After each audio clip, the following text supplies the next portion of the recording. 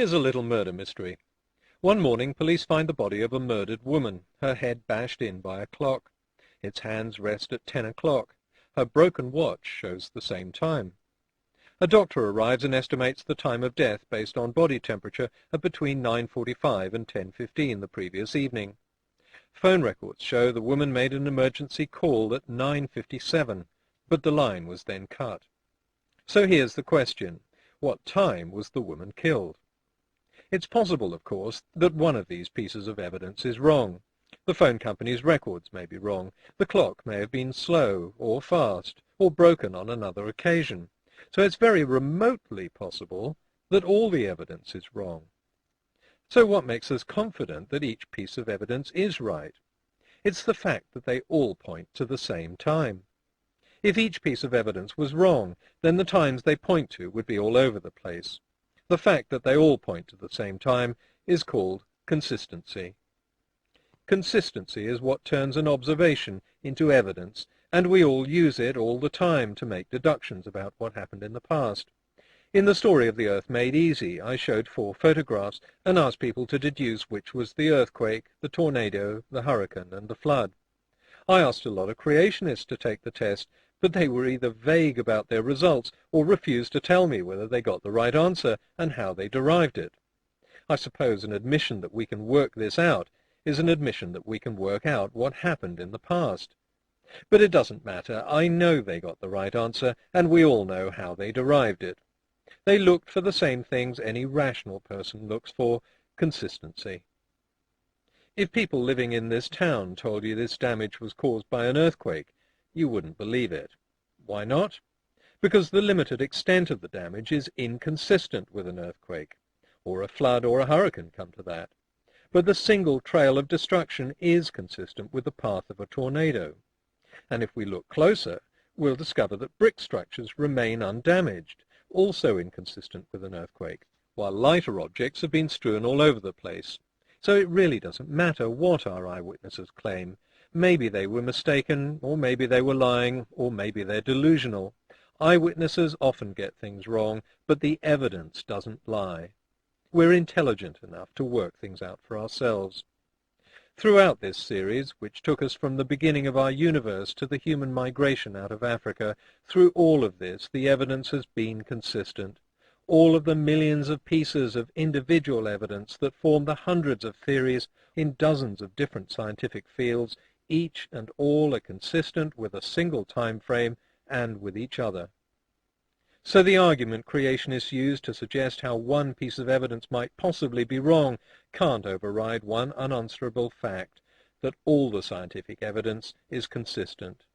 And none of the evidence is even remotely consistent with the universe, Earth, and every living thing in it being instantly created 6,000 years ago. So where an imaginary God was there to explain all the gaps in our knowledge, as we learn more about how the world works and how we got here, the role of this deity diminishes until it finds a place beyond the current extent of our knowledge, inside the Big Bang. Cosmologists admit that they don't yet know what caused the Big Bang. I don't mind people telling me that their religion does have the answer and that it's the absolute unassailable truth. But if that's the case, then let's have the details. Whatever lurks inside the world of quantum physics and singularity can't be masculine or feminine. So what is this God thing? What did it do to cause the Big Bang? How did it all happen? If you don't know, then you really don't know much more than I do. The plain fact is that none of us yet knows, so let's stop pretending we do. Sitting round arguing about what we don't know is like ancient Greeks trying to use philosophy to work out what powers the sun. But one thing we do know is that we can't use the Bible or the Quran as evidence, because the evidence we can see shows that these books are erroneous. Whatever it was that caused the Big Bang, we know from observations how the world has unfolded since then. There was no Garden of Eden, no man made out of clay and a woman made out of a rib. We know this because we can trace our origins very clearly back to Africa over 100,000 years ago. There was no instant creation of all the animals. We have overwhelming evidence that animals evolved over hundreds of millions of years.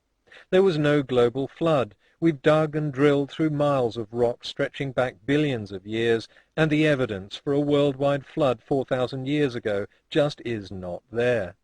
The universe was not made in a few days. It's nearly 14 billion years old, and we can see galaxies so far away that the light from them takes billions of years to reach us. And since we know all this, then we also know that the deity described in these holy books is a myth, a Bronze Age guess aimed at explaining the yawning gaps in our knowledge 3,000 years ago. The problem is, these books have been believed for so long, it's difficult to wean people off them. And that makes for a dangerous world in which Bronze Age myths hold greater power over some leaders and some nations than rational thought. I'm not just talking about the obvious dangers of religious intolerance. The world is facing unprecedented environmental challenges in the 21st century. We can't act under the assumption that a benign being is watching over us and will make sure we come to no harm. Or worse, follow a book that tells us the ultimate destruction of our environment is the will of some invisible deity, and that the best way to save ourselves is not to try to fix the damage, but to pray to the deity. This has been the futile practice of humans for thousands of years, natives praying to a volcano god instead of taking to their canoes. I hope this series has shown why we can't afford to be complacent. If we assume the fate of our world is sealed and out of our hands, then it soon will be. So what happens now? Well, the series of videos that explains the evidence for our origins is finished.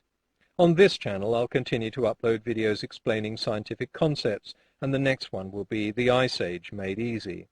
And I've started a new channel, Potholer54 Debunks, to debunk creationist junk science and fake claims, and also to answer questions. Because I expect a lot of complaints about the new series and attempts to get the channel blocked, I'm keeping it separate from the Made Easy series on this channel. And finally, thank you to all those who've written in to tell me I'm going to hell. You've probably realized by now that I'm impervious to these pathetic scare stories. And to those who've asked, what if I'm wrong, my answer is the same as yours. What if I tell you that you have to go outside right now and howl at the moon, or a monster will crawl out from under your bed tonight and boil you in acid? You may think that's nonsense, but what if you're wrong? As you can see, when it's tried on you, it just doesn't work. And to all those who've asked where I'll go when I die, I'm happy to say I'll be in the same place I was in 1947, and 1853, and 1622. I'll be a bunch of atoms spread across the landscape. Is that an awful picture? 100 years ago, not being alive didn't bother me, so I don't suppose it'll bother me 100 years from now. Let God's pale archangel, the grim reaper, come. He can hack my bones, he can step upon my gravestone, he can kiss my bum, I don't care. Oh, and one more thing. I'm delighted to take the blasphemy challenge and announce that I deny the Holy Spirit.